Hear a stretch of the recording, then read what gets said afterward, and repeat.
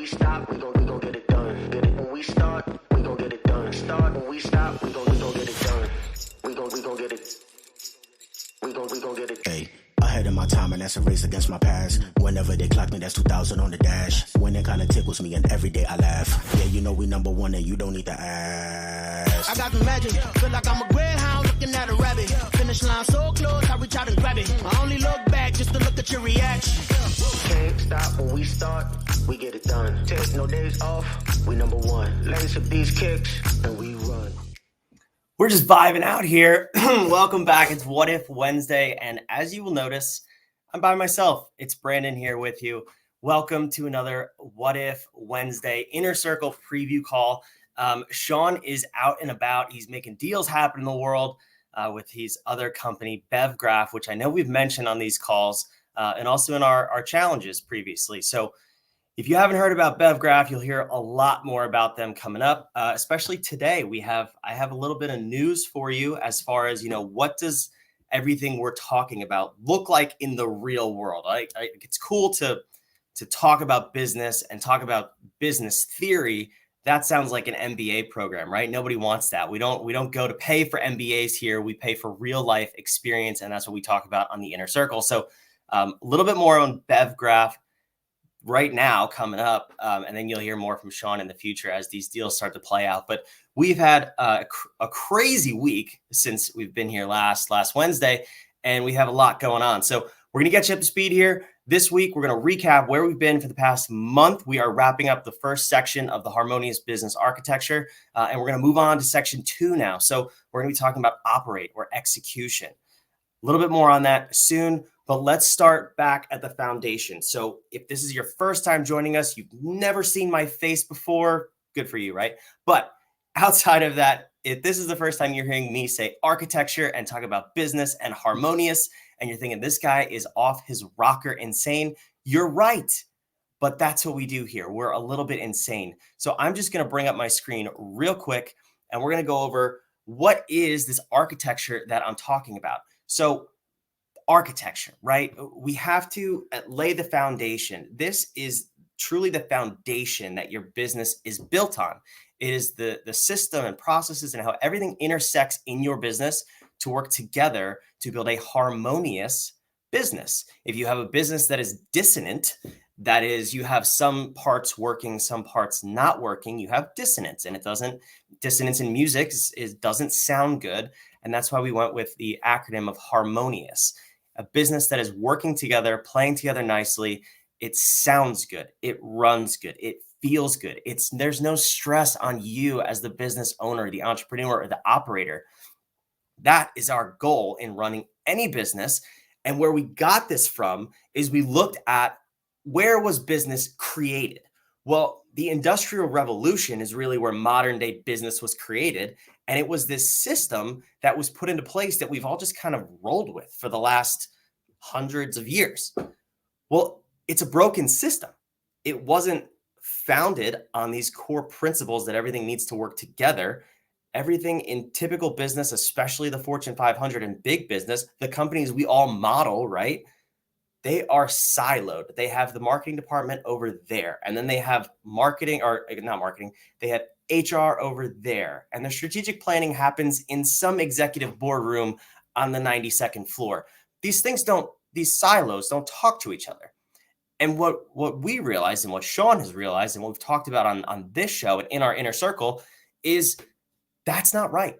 You can't run a business with different departments that don't talk to each other. Or the classic example is where you have sales and marketing who hate each other and they're constantly at each other's throats. Imagine a family. Now, this may be very real for some of you, but imagine this anyway. A family that all hated each other and they were at each other's throats constantly. Is that a harmonious family? No. I'm not saying a business is a family, but I'm saying that is the concept. If you have different parts of your business that don't like each other, don't talk to each other, or don't communicate in any regular fashion, you have a business that is set up to fall apart. So what do we have? We have these traditional disciplines in business. You know them as what's on the screen here: strategic planning, time management, processes, and automation. This all sounds super boring, right? It sounds like an MBA program. Yeah, that's not what we're about here. The problem is, as I just mentioned, that these areas are not 10 individual bubbles. You see the little tiny lines on the screen that connect these bubbles? That is the magic. That is the leverage to grow and scale any business. So if you have your strategic planning happening in some boardroom on the 92nd floor, and that never gets down to your marketing department, how does your marketing department know how to speak about your brand and what they put out into the public? They don't. And that happens every single day in the Fortune 500, the Fortune 50, and on Main Street. Most commonly on Main Street, because a lot of small businesses don't even know half of these exist because they're artists turned entrepreneurs. If that's you, welcome to the club. That's how we all got started. That's what we're here to fix. I too myself was an artist turned entrepreneur, and I had to learn a lot of this stuff the hard way. We exist at What If to shine the light on all of these different areas of business, connect these silos, and help you, the small business owner, the Main Street business, and the entrepreneur grow and scale your business effortlessly. We do that by showing the leverage between the hidden links and teaching you this architecture so that you can put it on your business and you can grow very, very quickly at whatever pace you want to whatever scale you want. That's the other beautiful part of this. It's not, oh, this only works for businesses doing 100,000 to 200,000 in revenue, or only from 10 to 20 million in revenue. No, this is an architecture. It's context. There's so much content in the world. We have talked about that ad nauseum on this show. There is a new guru on the internet every single day. I even look like that here doing this very thing right now. But that's not what this is. We are not giving you content. We're just telling you also how to look at it, where to put it. That's the context part. Think about content is water and context is the glass. If you have water with no container, it goes everywhere. If you have a vessel to put that water in, it can stay beautifully contained. You can drink it. You can use it to water your plants. You can put it wherever you want. You can direct it. You can fill it up. You can empty it out. That's what's missing in this world is the context. And this architecture on the screen here and these little tiny lines are the context that's missing for you in your business. And we've seen it time and time again. I'll give you concrete examples from stuff that's happened this week in just a few minutes of how this applies to your business.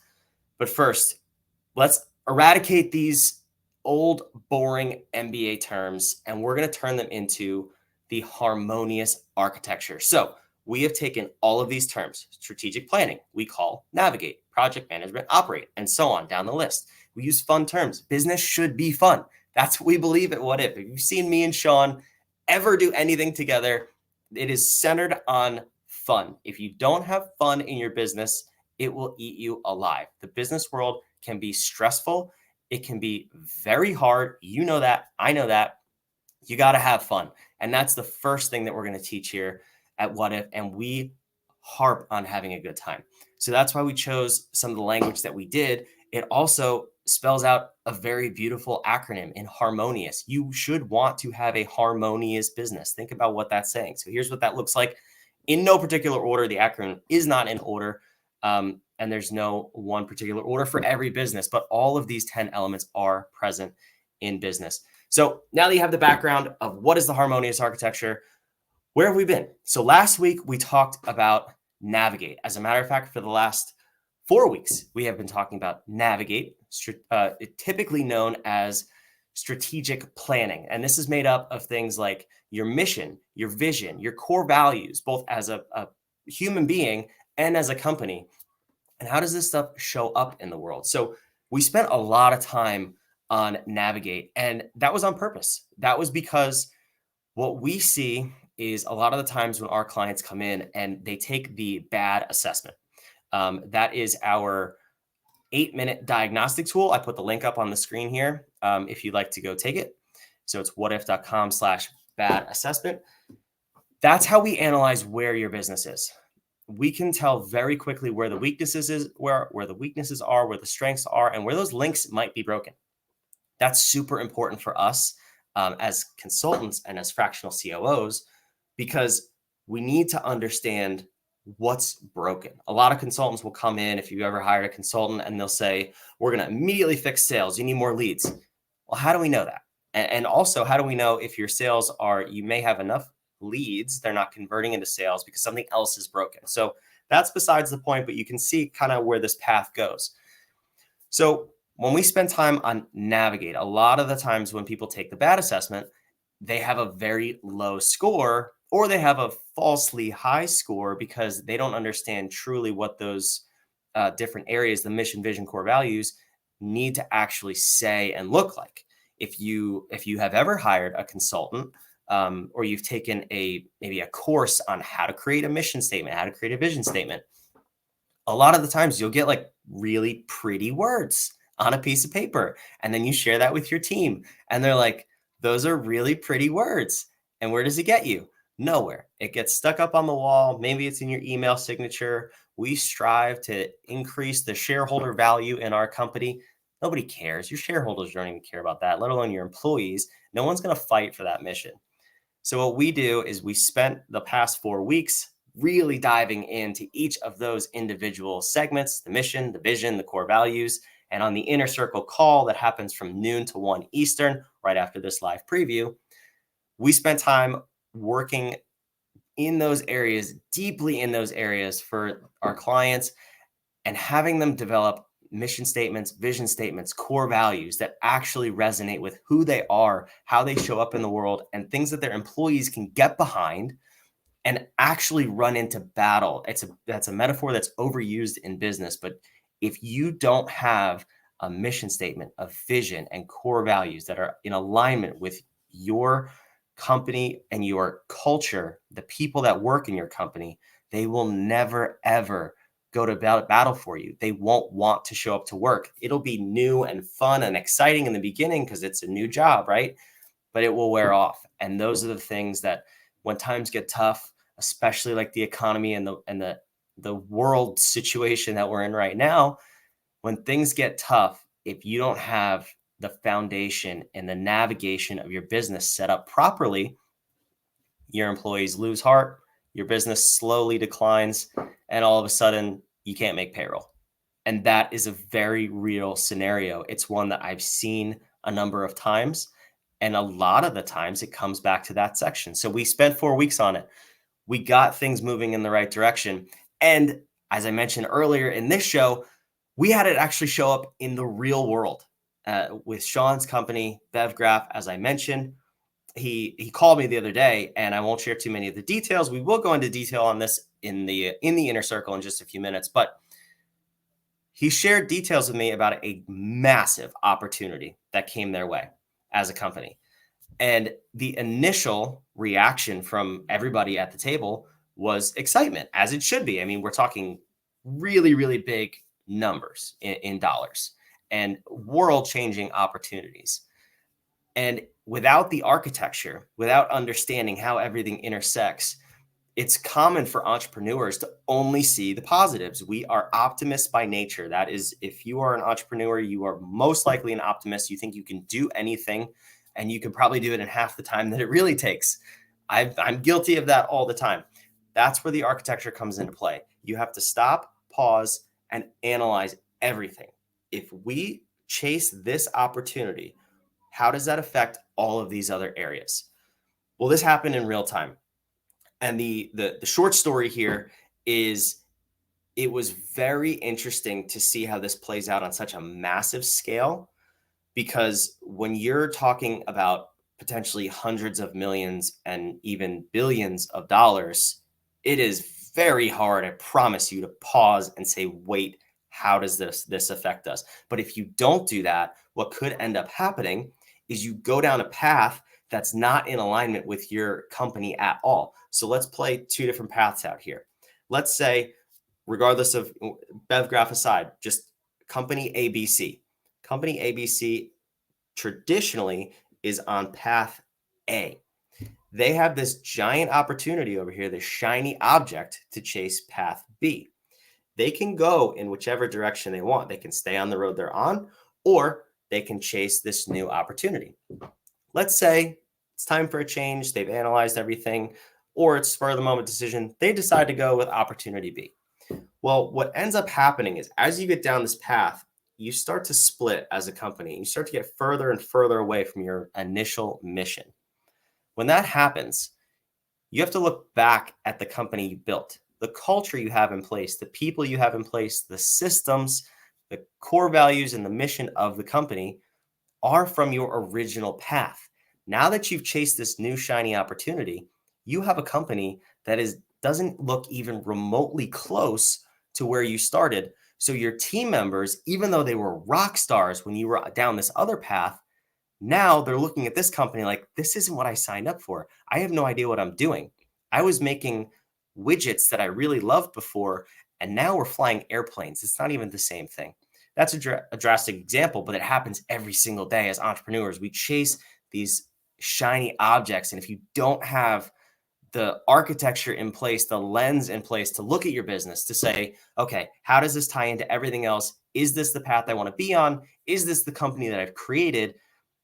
You don't really always make the right decisions, and that can end up costing you your company, your culture. It could, or worse, your bank account. You could go completely out of business because you chase an opportunity, a shiny object. And that's how this really comes to play in real life. It's not, like I said in the beginning, this is not theory. This is truly happening in business every single day. If you've never looked at it like that, I hope now this shines some light on how this actually comes up. A lot of people overlook the mission, vision, core values because it's like, we'll get to that one day. It doesn't really matter. No, this is foundational to make actual everyday decisions in your business. If you don't have this part right, you can't make good decisions. You can't make hiring decision. You can't make expense decisions, operational decisions, nothing. Your business is technically at a standstill until you have all of that ironed out, or you will just go wherever the shiny object road takes you. And that's a very dangerous place. So last week on the Inner Circle, we also had one of our members that I just want to shout out because it was an amazing moment for us to see someone have this aha realization. This was someone, I won't use any names, but if you're inside the Inner Circle, you will hear more about this today, where she has hired consultants in the past. She has a unique business. And after a few minutes of talking, we were trying to figure out, last week we were talking about tying your mission, vision, core values together. And she was new this particular week. We were talking about, what is your vision? Like, what is your company chasing? Where are you going? So we were able to ask a few questions, dig a little deeper. And after about 4 questions, she finally said, I've hired a lot of consultants in the past, but I feel like you get me, you see me, and you understand my company. That is a powerful realization.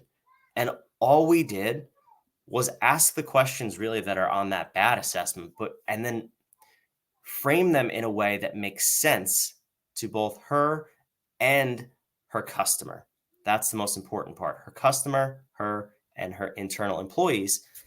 When you can make your vision speak to all these different people who your company touches, that is a powerful mission and vision. And that's how you can lead your company effectively. So that was just a really cool moment that I wanted to share from the Inner Circle last week. If you want to learn more about the Inner Circle, if you want to join us, we do. If you go to whatif.com/inner circle, like you see here on the screen, we have currently we have an offer, 30 days free in the mastermind. We want you to come in, check it out. If you don't get immense value in 30 days, if you don't start to see your business growing in 30 days, just peace out. We're not the people for you. I'm confident that, we've never had that happen. So I'm confident that you've come in, you will grow your business. You will get a lot of value from this.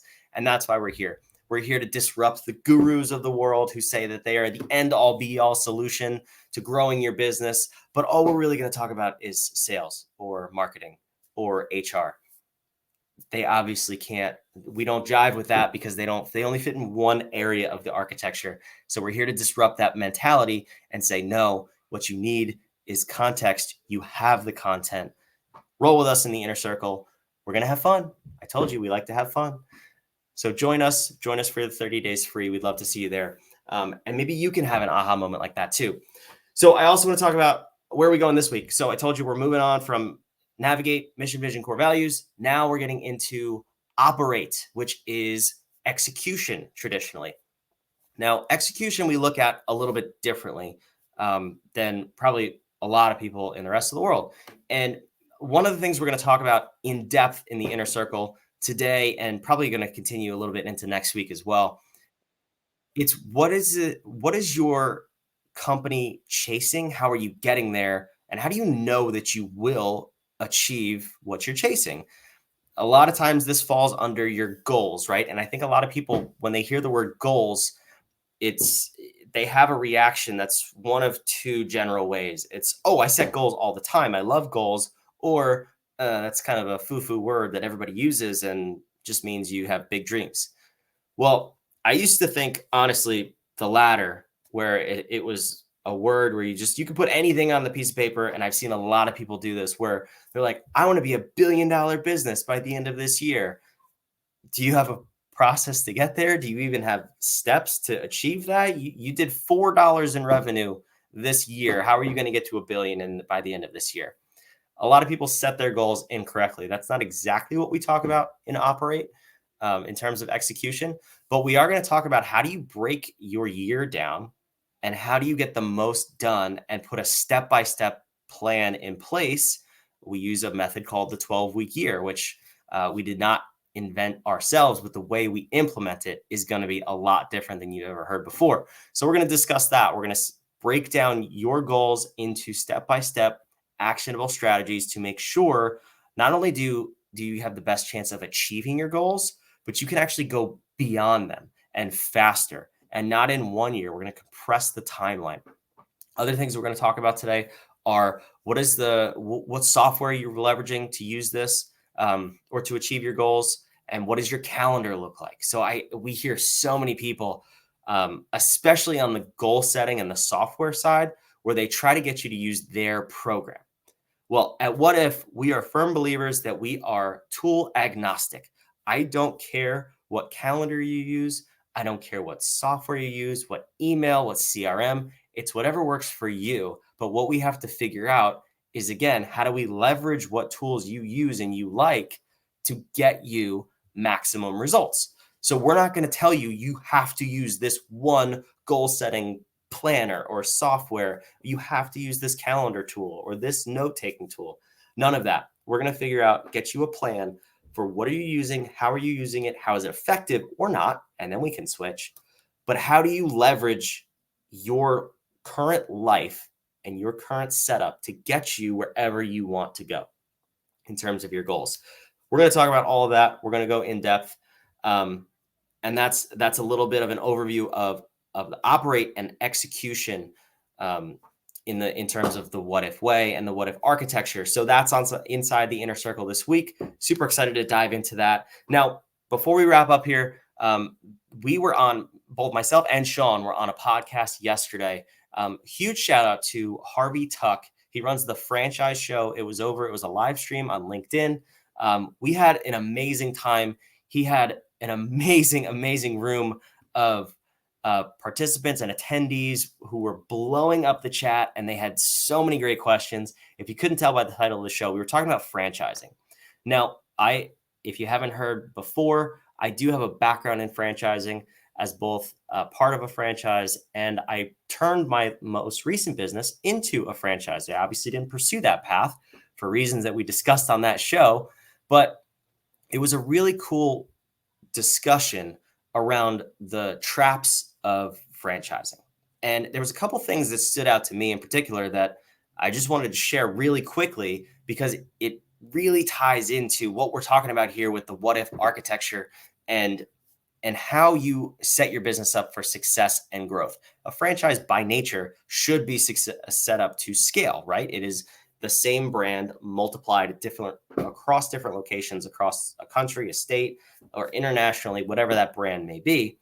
So you would think by nature they're set up to scale, right? Well, wrong. And a lot of the comments validated what we were saying about that.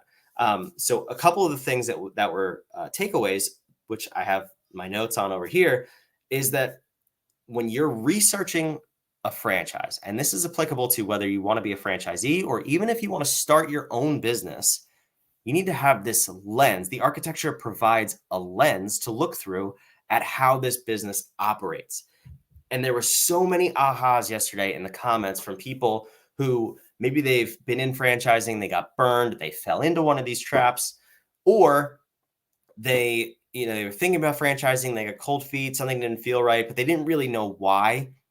We were able to shed a light on that because when you have a lens to look at any company through, whether it's your company or a company you're going to invest in, a franchise you're going to buy into, or a business model you're going to start, if you have this lens, the architecture is power.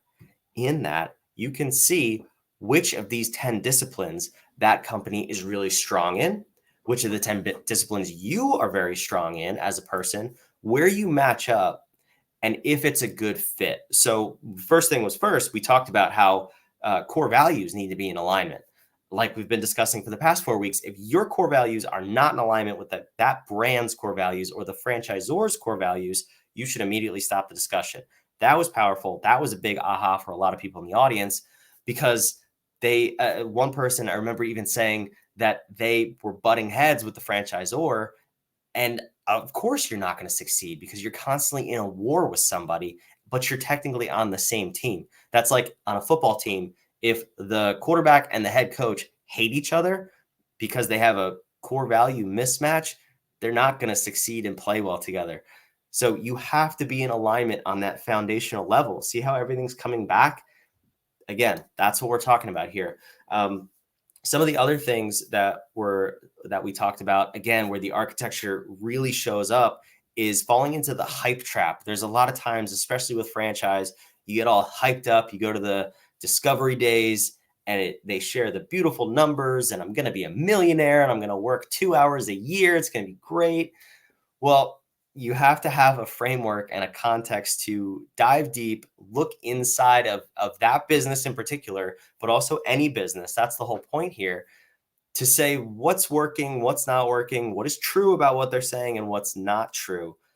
And this is any business model. You can go scroll on any social media platform, whatever platform you're watching this right now. If you go scroll on whatever, reels, shorts, whatever you want to call it, go see how long it takes you to find somebody claiming that they have found the end-all be-all business model that you can do from your pajamas in 1 hour a day and be a millionaire. I'll wait. It won't take you very long. It might take you 30 seconds. That's what we're talking about here. If you don't have a lens to analyze what you're looking at, what someone's telling you against reality and against what's actually true, you will fall for every scam in the book. And franchises can often look like a scam because of that. So can any business. I had a situation recently where someone purchased my business that I've discussed again on this show and was expecting to just have it run itself and not actually be there as the leader and the guide to the business.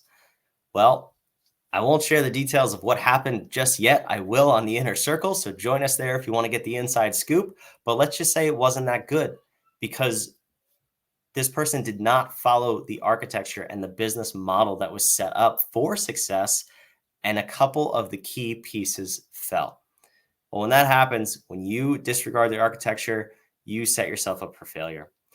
So those are my takeaways from the franchise show yesterday. Again, thank you. Huge shout out to Harvey Tuck for hosting us as What If on the show.